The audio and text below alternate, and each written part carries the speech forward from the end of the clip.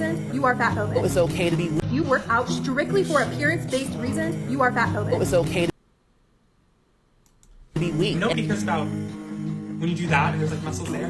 Nobody cares about that. We don't want to see that. It is okay to be fat. Men are not meant to be dominant. Men are meant to be submissive. Life is too short to exercise. I'm just gonna be honest. Your body to look a certain way. You don't care about health. If you are losing weight because you want to feel better, be in less pain, be healthier, all of these things, that's fatphobic.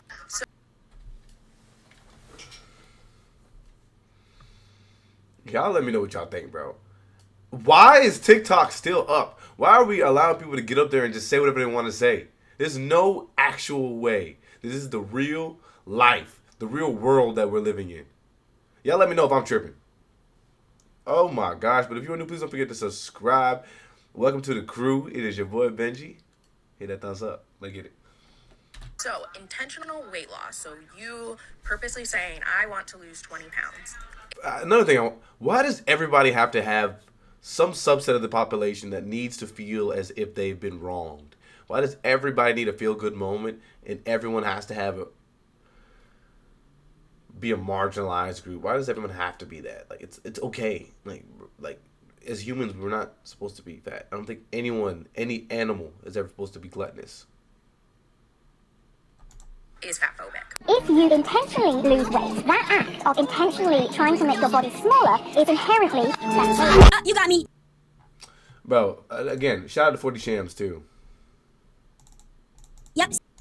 Yeah. Secret's out. I have a fear of being fat. Matter of fact, I'm terrified. You know, sometimes it feels like certain people don't operate in reality. Because what if I told you your physical appearance is one of the most, if not the most important qualification in almost anything you do in life? Whether it's your social life, school life, work life, or even sport life. Looking good will provide some sort of benefit. The brain automatically associates positive thoughts with people who are attractive. On average, attractive people earn 12 to 14% more than their peers. Attractive people are usually perceived as healthier and more intelligent. In social settings, attractive people are more likely to be approached and included. It's nuances like these that make networking so much easier. And if you know anything about networking, you know that's where most people find most of their opportunities. It's so easy for your brain to associate this idea that pretty girl you saw who you've never talked to is this innocent, pure, kind person. Because how can she not be? She looks so beautiful, right? And look, I'm not trying to say that being fit inherently makes you attractive or that overweight people are inherently ugly, but there have been numerous testimonies of people who lost weight, became fit, and worked on their looks, and then saw a complete 180 in the way that people treat them. People are going to treat you differently because you're thin. People are actually nicer to me. I had this fear in my head that people were treating me poorly because I was big, and turns out it's true. I am actually ignored because I'm fat.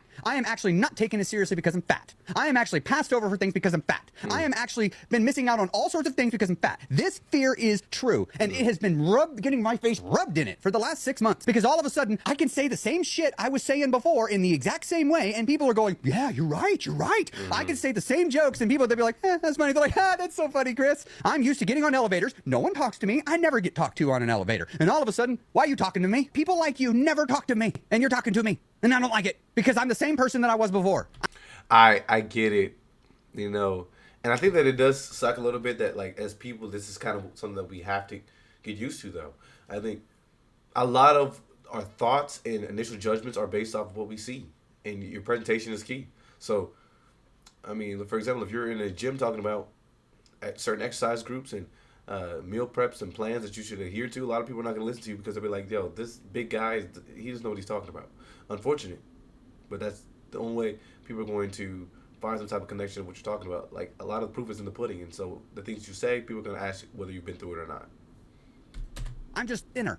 And you're going to, you'll have already dealt with that. When you hit your goal weight, you will have already experienced all that. That won't suddenly hit you then. That hit you before. And I want you guys to notice how he said, why are you talking to me? I'm still the same person. Why are you talking to me? People like you never talk to me, and you're talking to me, and I don't like it because I'm the same person that I was before. And look, I'm saying this is someone who was at one point overweight. I was literally a big kid growing up until I started doing sports. I'm gonna include my weight transformation at the end of the video if anyone wants to see it. But all I'm saying is just trust me when I say I'm speaking from experience. But see, what a lot of these overweight people do is they get mad at the world. They have this expectation that people should just love them for who they are. And look, in an ideal world, we'd all want that. But that's just not the reality of things. The reality is making yourself more attractive, becoming fit and healthy will make the world just a little bit kinder to you. Skinny privilege and obesity bias is real. I have lost over 200 pounds in the last 3 years, so I have the perspective of both a person living in a large body and a person living in a smaller body. There is a huge difference in how people treat me.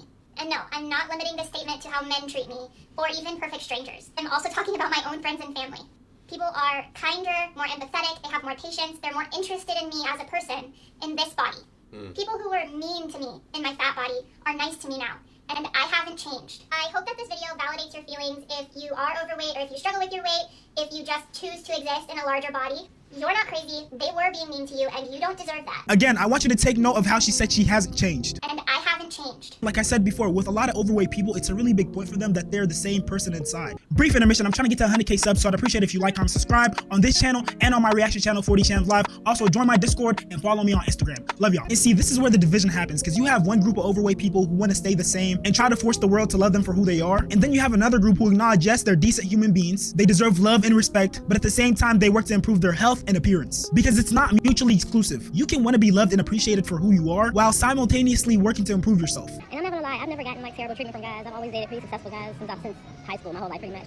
But the treatment that I was getting at 162 compared to 184 or whatever I am now, it's a difference. It's a big difference. Your girl was pulling multi-millionaires at 160 and then they wasn't marrying me or nothing like that.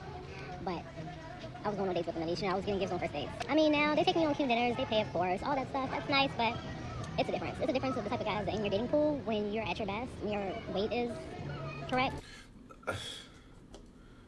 Woman finds out that being attractive is a key to success in the dating pool. No way. I think a lot of women, but people in general, are just jaded due to their experiences. Also, based on the perspective of how they live their life.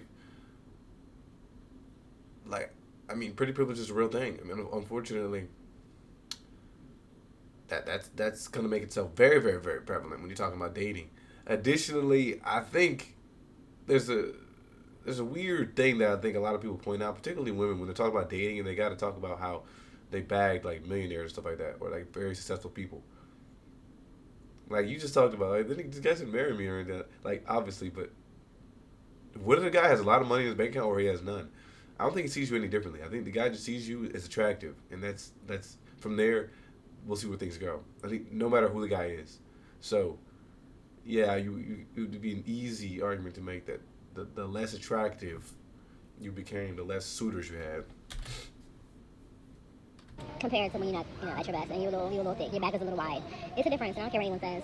I've lived both sides of it, being a size 4 to being a size 10. And look, I don't think there's a correct weight that you can be, but I do know that as an individual, you know when you're getting closer to your best self. And we can't just skip over the stuff that she said about her dating pool. She said she was dating multi-millionaires with the S at the end. So she had multiple opportunities. Hey, for all the ladies out there, if you ever needed a reason to be fit and try to look like your best self, there you have it. That's the reason right there. And I think the best example of how being attractive can improve your life is Jeremy Meeks. So back in 2014, Jeremy Meeks was arrested for possession of a gun and grand theft. After being arrested, the Stockton Police Department would post his mugshot on Facebook. And shortly after that, mugshot would go viral. Jeremy went viral all over the internet for how attractive he was. He had people putting money in his books and sending him fan mail. People were even calling him Prison Bae. Jeremy would end up getting signed to a modeling agency while in prison. 2016, he gets out of jail and starts modeling. And oh yeah, he's dating a billionaire heiress. That's a billion. Not a million, a billion. You know the one with the B? Yeah, that's what being attractive can do. Keep in mind, Jeremy is a convicted felon and an ex-Crip gang member. So they come from completely different worlds. And then fast forward a little while later. That goes to show you, bro. Imagine you working your tail off, right? And developing a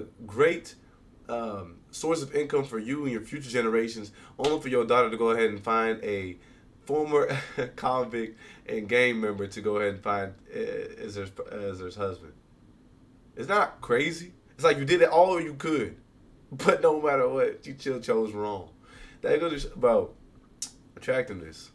2017, he's just casually modeling in the New York Fashion Week. And oh yeah, he's been featured on a bunch of movies too. Now you might be wondering, why am I showing you guys all this? I'm showing you all this because I want you to realize just how far being attractive, being fit can take you. And again, I'm not saying that being fit and being attractive are interchangeable, but they are very closely linked. And what some of you guys who aren't fit or attractive and aren't trying to achieve that don't realize is that it's hindering you in so many aspects of your life. Whether it's social, financial, romantic, being attractive is literally like a cheat code that makes all those things easier. Instead of being mad at the world and trying to force people to accept you, work towards improving yourself and grasping those opportunities. A perfect example of how sometimes overweight people can get mad at the world is this clip. I'm gonna be really honest, there's a lot of really fatphobic people out there, even in the queer community. I was a go-go dancer at a pride party, and the amount of money that I made versus the amount of money that the thin people made was not the same.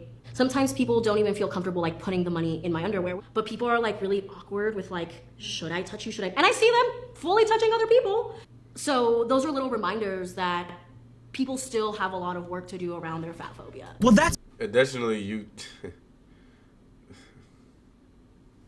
the fact that you're making that video in itself would lean towards understand that a lot of people would be a little bit cautious about how they're moving around you, but whatever. Because, and I don't mean to be mean or be a jerk, thin people are closer to the beauty standards than overweight people. And you can't be mad at them for spending money on what they like. And to address the last part of what she said, I don't think it's fair to treat anyone differently because of their weight. And look, I know so far in this video, I've taken a pretty superficial stance. I've talked about all the things that being attractive can get you. But I need people to realize that outside of maybe not looking your best, there are actual real life health consequences to being overweight. I watched my grandfather have a stroke and almost fall and break his neck, and my uncle caught him. Had 15 plus strokes, had to relearn how to read, walk, talk. He couldn't even read anymore. He could barely walk, he could barely talk, could barely feed himself, couldn't even cut his own food if he wanted to. And he died in his 60s and lived 10 miserable years in a wheelchair. And there's nothing wrong with being in a wheelchair, before I add. My grandmother one time stepped on glass, the neuropathy so bad in her feet, she didn't feel the glass for months and had to spend 2 months in Medicaid-run wound care.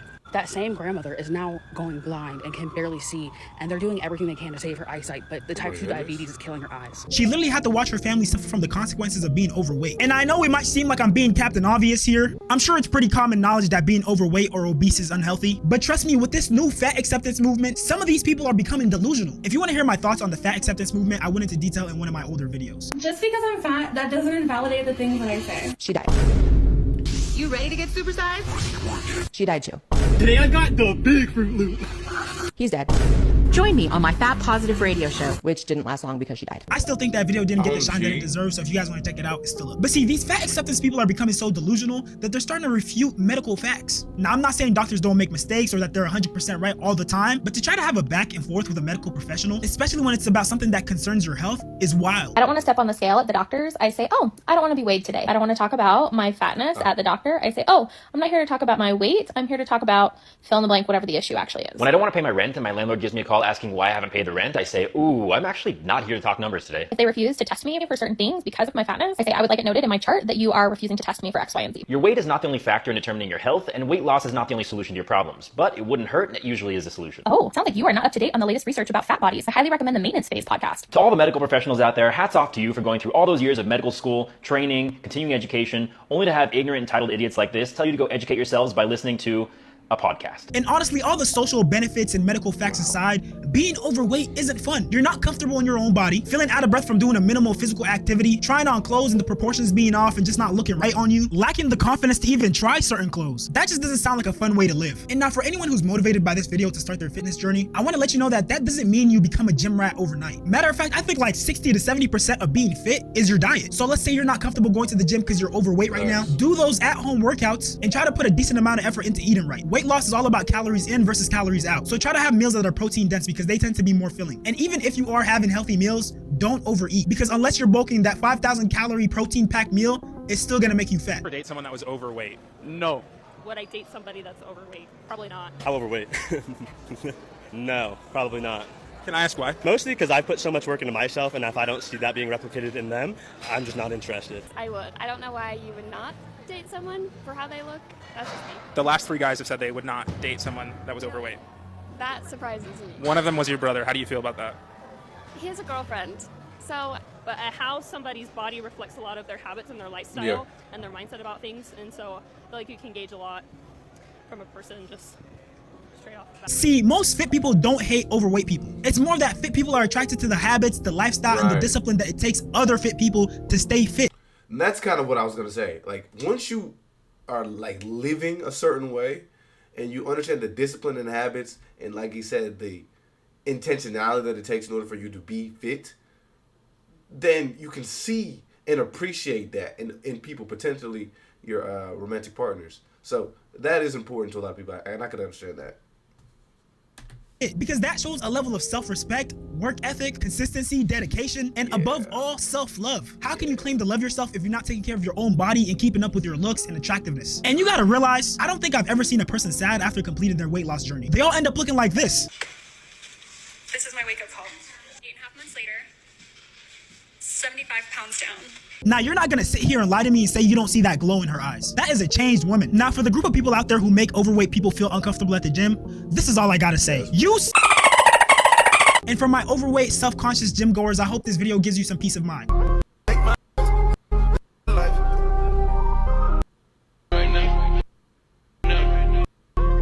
If you made it this far, I appreciate you so much for watching. Go ahead and like, comment, subscribe, and turn on.